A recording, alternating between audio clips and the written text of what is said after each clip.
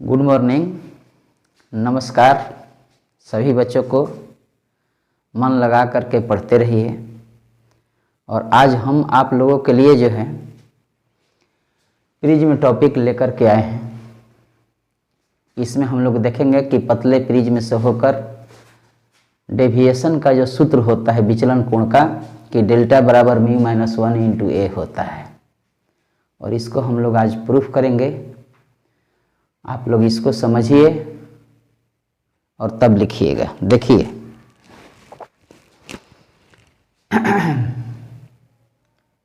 यह होगा आपका प्रिज्म हो गया।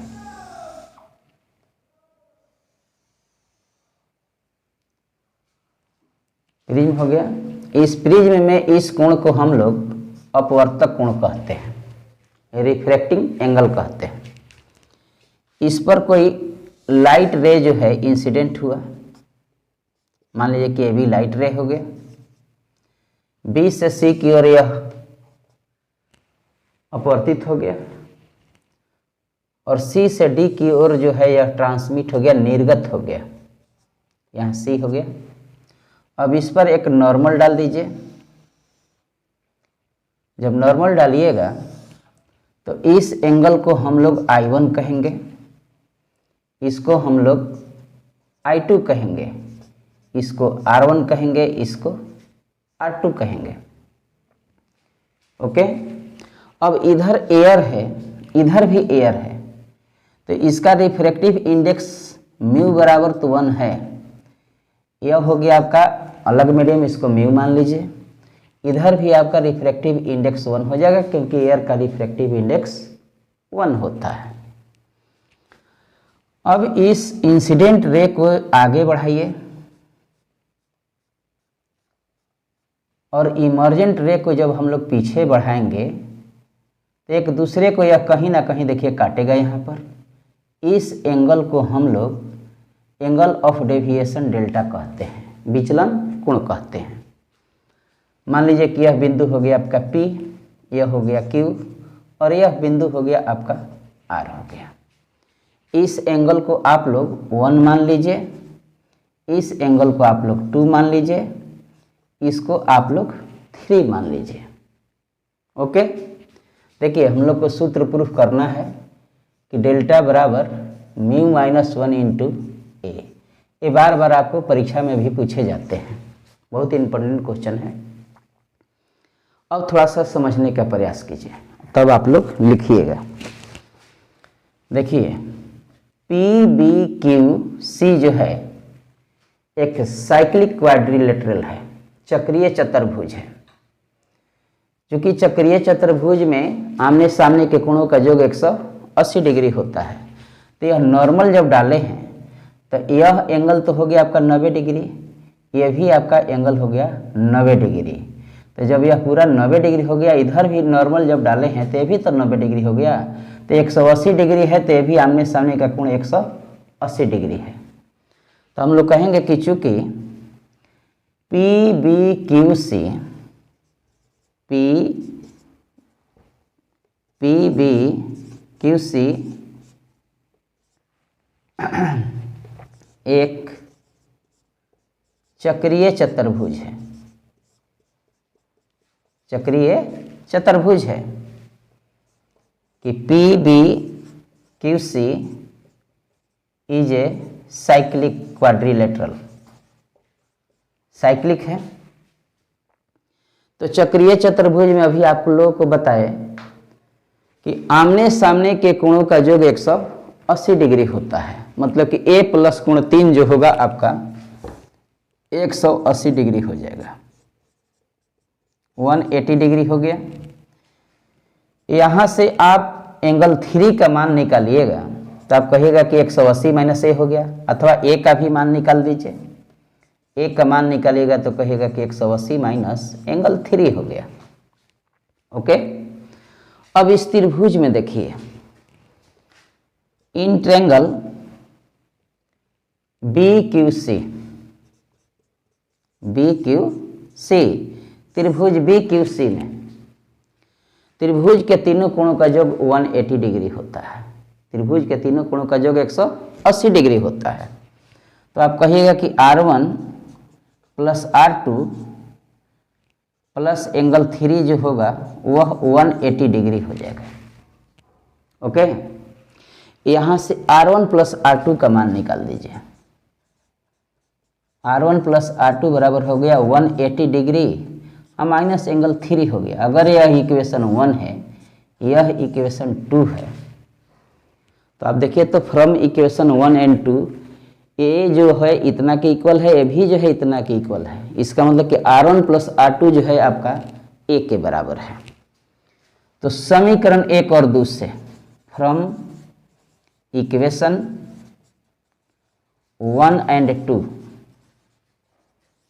समीकरण 1 तथा 2 से देखिए क्या हम लोग कहते हैं कि R1 प्लस R2 जो है वह आपका ए के बराबर है।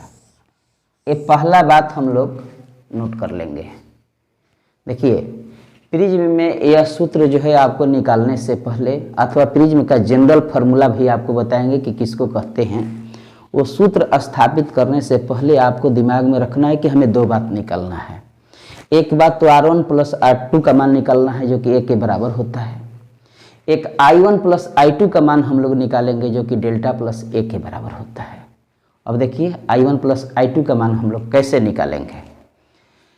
यहाँ I1 जो है इसका शीर्षाभिमुख कोण है, सामने का कोण। जब दो रेखा एक दूसरे को काटता है ना, तो यह कोण और यह कोण आपस में बराबर हो जाता है। मतलब कि I1 जो है R1 प्लस एंगल 1 के बराबर है। यहाँ समझिएगा कि चूँकि I1 एंगल जो है वह बराबर है R1 प्लस एंगल 1, तो यहाँ से एंगल 1 का मान निकालिएगा, कोण 1 का मान निकाल देंगे हम लोग, तो इसका मान हो जाएगा, देखिए यह इधर आ जाएगा तो I1 माइनस R1 हो जाएगा। उसी तरह से इस सरफेस पर देखिए I2 जो है R2 प्लस एंगल 2 के बराबर है। I2 जो है R2 प्लस एंगल 2 के बराबर है। एंड I2 बराबर R2 प्लस एंगल 2, तो आप यहाँ से फिर एंगल 2 का मान निकाल दीजिए, तो I2 माइनस R2 के बराबर हो जाएगा। ओके, अब इस त्रिभुज में देखिए तो RBC में हम आपको बैक में बताए होंगे अथवा ज्योमेट्री में आप लोग पढ़े होंगे कि यह त्रिभुज का जो बाहरी कोण जो होता है अंतःभिमुख दो कोणों के योग के बराबर होता है। तो आप लोग यह देख लीजिए कि यहाँ डेल्टा जो है एंगल 1 प्लस एंगल 2 के बराबर है। डेल्टा जो है एंगल 1 प्लस एंगल 2 के बराबर है। तो त्रिभुज RBC में हम लोग क्या देख रहे हैं कि डेल्टा जो है एंगल 1 प्लस एंगल 2 के इक्वल है। एंगल 1 प्लस एंगल 2 है। अब एंगल 1 प्लस एंगल 2 का मान यहाँ से रखिए। देखिए एंगल 1 का मान I1 माइनस R1 है, इसका 2 का मान है I2 माइनस R2 है। तो रखिएगा तो यह हो गया कि I1 minus R1 plus I2 minus R2। Clear? अब देखिए तो डेल्टा बराबर I1 प्लस I2 आप एक जगह लिख दीजिए क्योंकि इसी का मान आपको निकालना था। हम आपसे कहे हैं कि पहले आपको I1 प्लस I2 का मान निकालना है, एक R1 प्लस R2 का मान निकालना है जो कि ए निकाल दिया है। और इसमें से माइनस जब कॉमन ले लीजिएगा तो यह हो जाएगा R1 प्लस R2 हो गया। तो यह I1 प्लस I2 इसका मान रख दीजिए ए। R1 प्लस R2 का मान आपने ए निकाला है, तो I1 प्लस I2 ए को इधर ला दीजिए, तो I1 plus I2 is equal to delta plus a हो गया। इतना दूर तक आप लोग को समझ में आ गया होगा। देखिए बात को समझ लीजिए। पहले प्रिज्म में जैसे ही इस विचलन कोण का सूत्र जो है हम लोग स्थापित करने चलेंगे, प्रूफ करना होगा, तो पहले आपको दिमाग में लगाना होगा कि हमको ज्योमेट्री लगा करके यह बात पहले प्रूफ करना है कि R1 प्लस R2 का मान ए होता है और I1 प्लस I2 का मान डेल्टा प्लस ए होता है। देखिए फिर से PBQC जो है एक चक्रीय चतुर्भुज है, तो इसके आमने सामने के कोणों का योग 180 डिग्री हो गया। यहाँ से ए का मान निकाल लीजिए। फिर देखिए कि त्रिभुज बी क्यू सी में, बी क्यू सी में चलेगा तो त्रिभुज के तीनों कोणों का योग 180 डिग्री होता है। यहाँ पर R1 प्लस R2 का मान निकाल दीजिए कितना हो गया, और दोनों को जैसे ही इक्वेट कीजिएगा R1 प्लस R2 बराबर ए आपका प्रूफ हो जाएगा। ओके, अब देखिए अगला नंबर में देखिए कि यहाँ से I1 जो है R1 प्लस 1 के बराबर है और I2 बराबर जो है R2 प्लस 2 के बराबर है। यहाँ से 1 और एंगल 2 का मान निकाल दीजिए, और तब इस त्रिभुज में देख लीजिएगा कि डेल्टा जो है 1 और 2 के योग के बराबर है। तो 1 और 2 का जब मान रख दीजिएगा निकाला हुआ है जो ऊपर, तो I1 प्लस I2 एक जगह हो जाएगा, R1 और R2 एक जगह कर लीजिएगा, और R1 प्लस R2 का मान आपने ए निकाला है, ए को इधर लाइएगा तो इतना मान आपका निकल जाएगा। यहाँ तक आप लोग लिख लीजिए।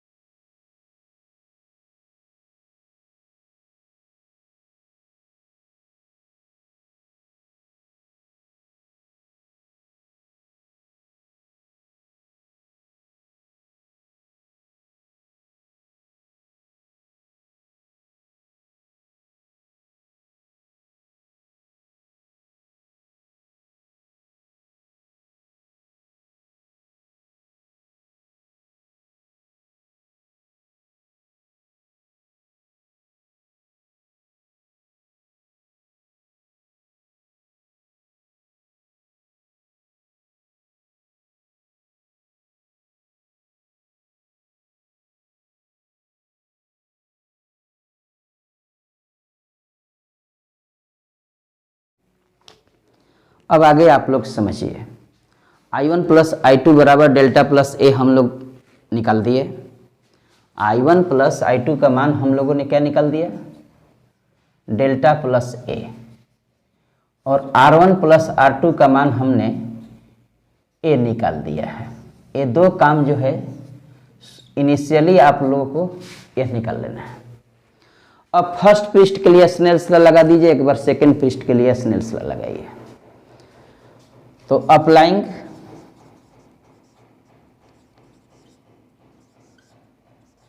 Snell's law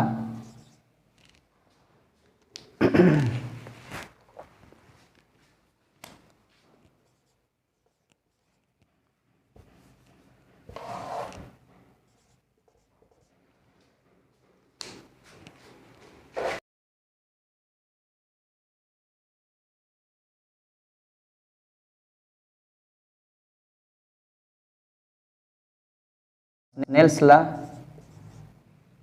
for first surface।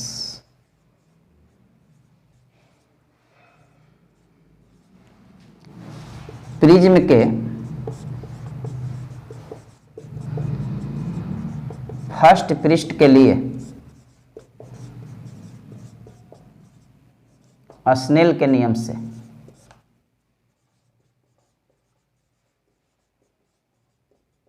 समझिए थोड़ा सा बात। फर्स्ट पृष्ठ पर जैसे ही स्नेल्स लॉ लगाइएगा तो स्नेल्स लॉ लिखने का सबसे आसान तरीका आप लोगों को दिमाग में रखना है कि इधर का अपवर्तनांक तो इधर का एंगल लिखिए साइन में, इधर का लिखिए अगर रिफ्रैक्टिव इंडेक्स तो इधर का ही कोण आपको लिखना है साइन में। साइन आई बटा में साइन आर बराबर म्यू आप लोग याद किए होंगे 10th क्लास में। देखिए इधर का अपवर्तनांक तो इधर का ही एंगल ले लीजिए साइन में, इधर का रिफ्रैक्टिव इंडेक्स लीजिए, अपवर्तनांक लीजिए तो इधर का ही एंगल ले लीजिए। देखिए इधर का अपवर्तनांक आपका 1 है, इधर का एंगल I1 है तो साइन I1 लिख दीजिए। इधर का रिफ्रैक्टिव इंडेक्स म्यू है तो इधर का एंगल R1 है तो साइन R1 आप लिखिएगा। तो यहाँ से साइन I1 बाटा में साइन R1 का जब मान आप निकालिएगा तो वह म्यू के बराबर हो जाएगा। ओके, इसी तरह से फॉर सेकेंड पृष्ठ के लिए बात कीजिए, फॉर सेकेंड सरफेस, सेकेंड पृष्ठ के लिए, सेकेंड पृष्ठ के लिए स्नेल के नियम से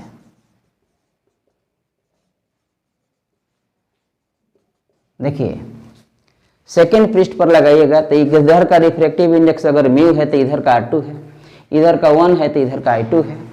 तो आप लिख सकते थे कि म्यू गुने sine R2 is equal to 1 गुना साइन I2, चाहे साइन I2 गुना 1। तो साइन I2 में इधर से भाग लगा दीजिए, तो साइन I2 बाटा में sine R2 is equal to आपका म्यू हो गया। ये दो बात आप लोग पहले निकाल देंगे, स्नेल्स लगाना है फर्स्ट सरफेस पर और सेकंड सरफेस पर। अब देखिए तो थोड़ा सा बात कि अलजेब्रा से हम लिख सकते हैं कि, अलजेब्रा से हम लिख सकते हैं कि फ्रॉम अलजेब्रा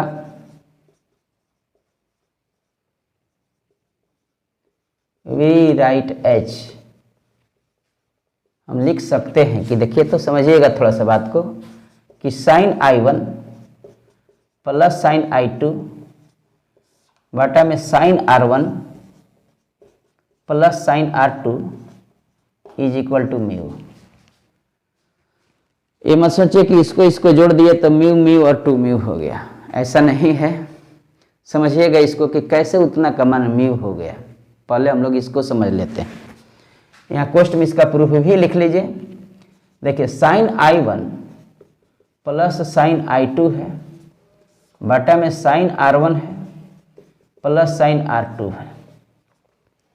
समझिएगा तो थोड़ा, साइन I1 का मान यहाँ से निकालिएगा। देखिए साइन I1 का मान म्यू साइन R1 है, साइन I1 का मान म्यू साइन R1 है, उसके जगह पर मान रख दीजिए कि म्यू साइन R1, और साइन I2 का मान यहाँ से देखिए, साइन I2 का मान है म्यू साइन R2 के बराबर। ओके, तो यहाँ रखिएगा तो म्यू साइन R2 हो गया। अब बाटा में आप sign R1 plus sine R2 को ज्यों के त्यों रखिए,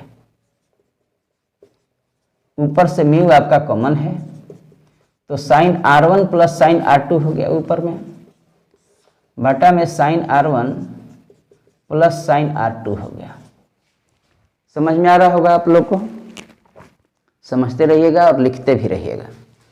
तो sign R1 plus sine R2 आपका कट गया, यह मान आपका म्यू के इक्वल हो गया ना।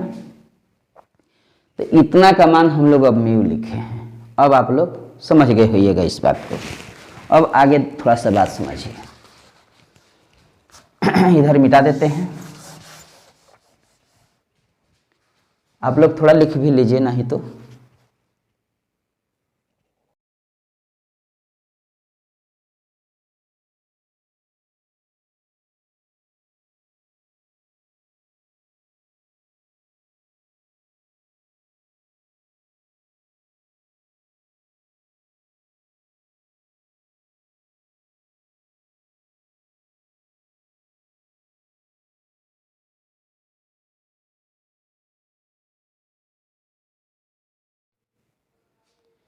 जल्द से जल्द आप लोग लिख लीजिए, इतना बात पहले उतारिए।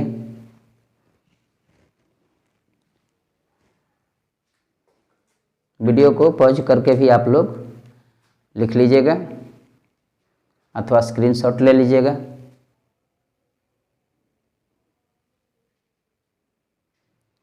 ओके, मिटा दे।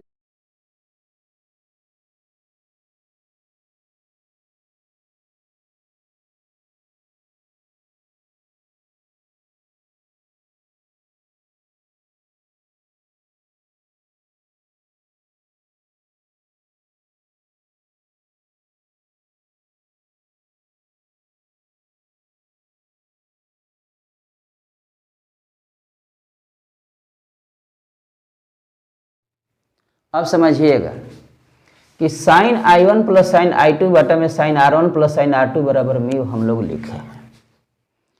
अब ऊपर में sine C plus sine D पर तुल दीजिए, नीचे भी sine C plus sine D पर तुल दीजिए।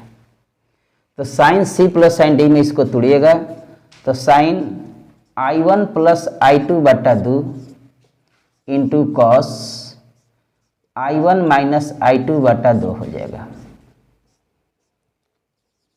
बटा में देखिए इसको भी sine C plus sine D पर तुड़िए तो 2 साइन R1 प्लस R2 बटा में 2 into cos R1 minus R2 बटा 2 हो जाएगा।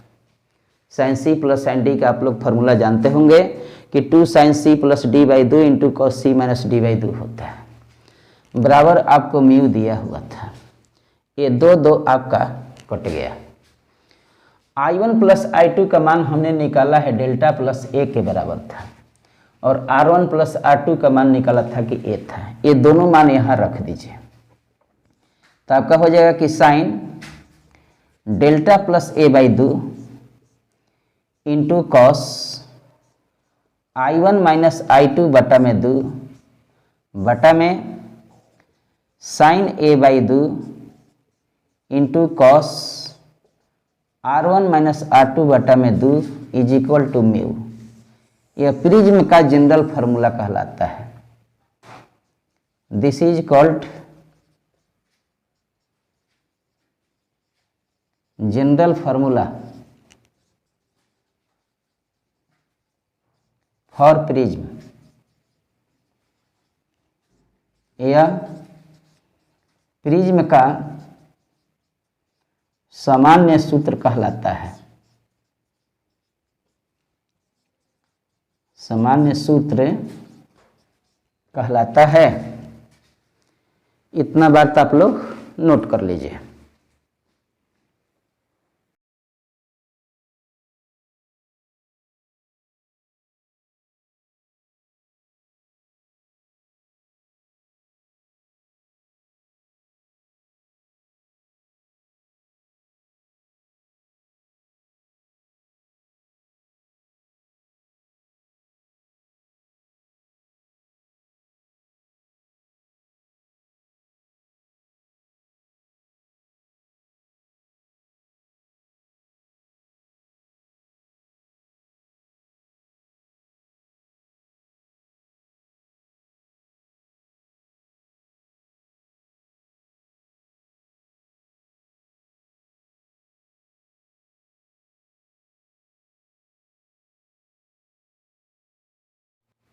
अब समझिएगा, थोड़ा सा मिटा दे इसको।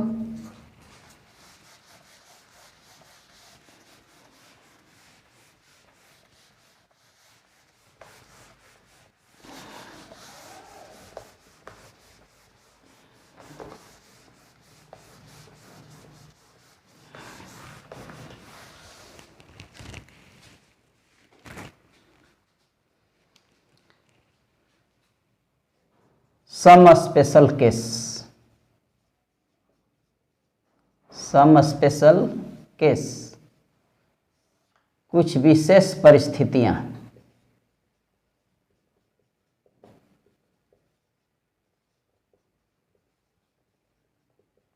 देखिए स्थिति 1, केस 1 कहिए, अथवा हिंदी में आप लोग इसको स्थिति 1 लिख सकते हैं। प्रिज्म के न्यूनतम विचलन की स्थिति में, प्रिज्म के न्यूनतम विचलन की स्थिति में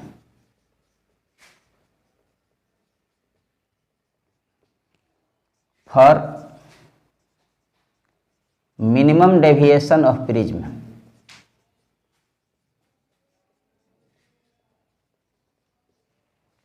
देखिए कोई भी प्रिज्म जो है उससे न्यूनतम विचलन प्राप्त तभी होगा। इस पर भी एक बार हम लोग चर्चा करेंगे, लेकिन अभी समझ लीजिए इसके लिए कि न्यूनतम विचलन प्राप्त तभी होता है जब आपका R1 बराबर R2 हो जाए और I1 बराबर I2 हो जाए। यानी यह दोनों एंगल बराबर हो जाए और यह एंगल दोनों बराबर हो जाए तो प्रिज्म से जो है न्यूनतम विचलन प्राप्त होता है। तो इसके लिए न्यूनतम विचलन के लिए for it R1 is equal to R2 होना चाहिए और I1 इज इक्वल टू आपका I2 होना चाहिए। जब ये दोनों बराबर हो जाएगा तो इन दोनों मान को यहाँ रखिएगा तो देखिए तो क्या होगा कि sine delta plus A by 2 और I1 I2 यदि बराबर हो जाता है तो ये दोनों कट करके 0 हो जाएगा और cos 0 का मान 1 होता है। तो ये तो मान 1 हो गया आपका, बाटा में साइन ए बाई 2 है, साइन ए बाई 2 और R1 R2 बराबर हो जाएगा तो cos 0 का मान 1 हो गया। तो बराबर अब कितना बच गया, म्यू हो गया। माने इतना बराबर यदि म्यू होता है तो किसी प्रिज्म से जो है मिनिमम डेविएशन प्रोड्यूस होता है, न्यूनतम विचलन उत्पन्न होता है। ये न्यूनतम विचलन का आपका कंडीशन हो गया। ओके, इसको भी आप लोग नोट कीजिए।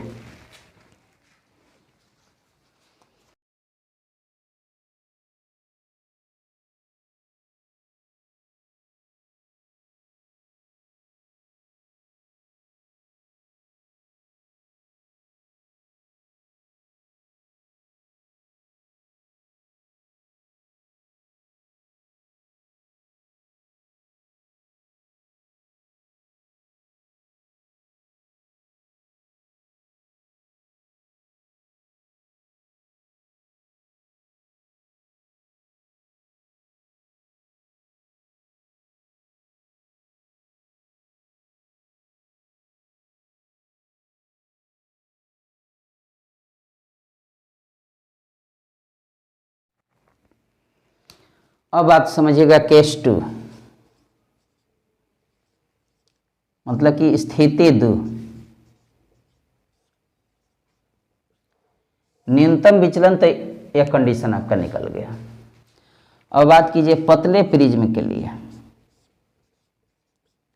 पतले प्रिज्म के लिए और पतले प्रिज्म में ही यह सूत्र जो है आपका स्थापित करने के लिए आता है। For thin prism, for thin prism. अब आपको समझिए, यदि प्रिज्म बहुत पतला होगा तो उसमें बनने वाले एंगल भी बहुत जो है छोटे होंगे। पतला प्रिज्म में एंगल भी बहुत छोटा होगा, तो यदि छोटा होगा तो साइन थीटा जो होता है वो लगभग इक्वल टू थीटा हो जाता है। तो पतले प्रिज्म के लिए sign delta plus A by 2 का जो मान होगा वह लगभग इक्वल टू आप कह सकते हैं कि डेल्टा प्लस ए बाई 2 के इक्वल होगा, और साइन ए बाई 2 का जो मान होगा वह लगभग इक्वल टू ए बाई 2 के इक्वल हो जाएगा। पतला प्रिज्म रहेगा तब तो इसका मान जो है इसके जगह पर यह यहाँ रखिए, इसके जगह पर यह यदि रख देते हैं तो आपका होएगा क्या कि डेल्टा प्लस ए बाई 2 और इसके जगह पर देखिए तो a by 2 is equal to हो गया आपका म्यू, 2 2 कट जाएगा आपका। तो अब आप इसको हल कीजिएगा तो डेल्टा प्लस ए बराबर म्यू ए हो गया। ए को लाइए इधर तो डेल्टा बराबर म्यू ए माइनस ए हो गया। तो डेल्टा बराबर ए कॉमन निकाल दीजिए तो म्यू माइनस 1 इंटू आपका ए जो है प्रूफ हो जाएगा। पतला प्रिज्म के लिए एंगल ऑफ डेविएशन का सूत्र हुआ, यही हम लोग को स्थापित भी करना था। तो देखिए अब पूरा बात को थोड़ा सा फोकस एक बार कर लीजिए, इस बात को नोट कर लीजिएगा। पहले आपको प्रिज्म में क्या इसमें डिफिनीशन दे दीजिए, इसके बाद इस डायग्राम को दीजिए। डायग्राम देने के बाद में दूसरा काम दिमाग में आपको बैठाना है कि हमको पहले I1 प्लस I2 का मान निकालना है जो कि डेल्टा प्लस ए के बराबर होगा, और तब जो है आप लोग R1 प्लस R2 का मान निकालिए जो कि ए के बराबर हो जाता है। ये दो बात हम लोग दिमाग में बैठा लेंगे। इसके बाद में क्या है कि दोनों पृष्ठ पर जो है स्नेल का नियम लगाएंगे। जैसे ही स्नेल का नियम लगाएंगे फर्स्ट पृष्ठ पर तो साइन I1 बटा में साइन R1 बराबर म्यू हो जाएगा, और सेकेंड पृष्ठ पर साइन I2 बटा में साइन R2 बराबर म्यू हो जाएगा।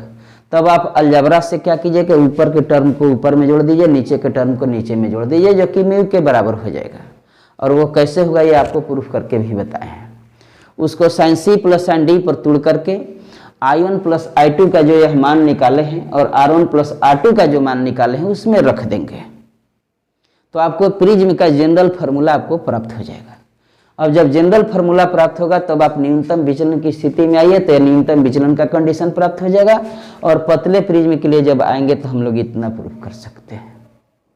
ओके, अब इस बात को एक बार आप लोग रिवीजन भी कर लीजिएगा, बहुत इंपॉर्टेंट क्वेश्चन है। इसके बाद नेक्स्ट वीडियो में हम लोग प्रिज्म से संबंधित ही लिमिटिंग एंगल ऑफ प्रिज्म वगैरह वगैरह कुछ और देखेंगे, तो आप लोग मन लगा करके पढ़ते रहिए। और हम आप लोगों के लिए लाइव क्लास में अब तुरंत आने वाले हैं। तो चलिए वीडियो को लाइक सब्सक्राइब करते रहेंगे, और बहुत बहुत धन्यवाद सभी बच्चों को। ओके।